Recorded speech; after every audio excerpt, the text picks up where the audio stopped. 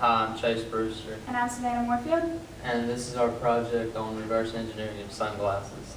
Moving on to the lenses, we learned that the left and the right lenses are very different from one another, and that whenever we made them in Inventor, we had to make sure that we curved them so that they fit into the frame once the frame was made.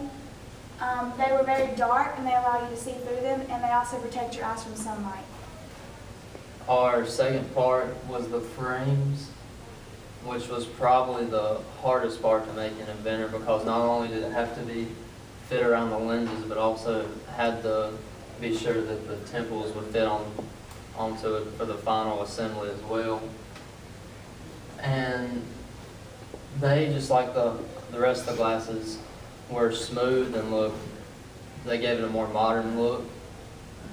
The temples are third part, which their main use is just what holds the glasses onto your head, and they were also tough to make in Inventor because of all the curves involved in them.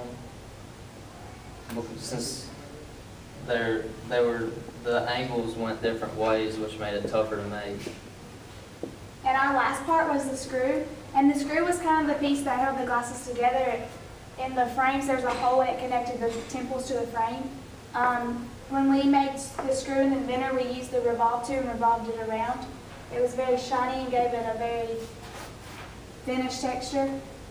Moving on to the dimensions were kind of tough because there was a lot of different things that we had to make sure we dimensioned. Like on the screw, we had to dimension all of it, and we had to add radiuses, and for me, that was really hard.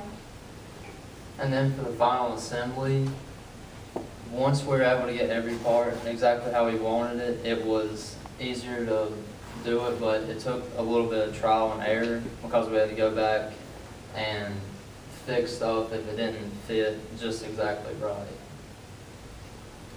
I would say that from this project, I thought that whenever you look at a product finalized, you don't think that it's a lot of work, and you don't think that as advanced as it is. Whenever we took this apart and had to make it, kind of like put it back ourselves, I learned that there's a lot of work behind it, and I didn't think that before we did this project. And finally, the last thing we talked about was how the product could be improved. And basically the only thing we could think of was make it more appealing to a buyer, because these aren't really the best looking glasses and they're kind of cheap. So that was our project of reverse engineering on sunglasses.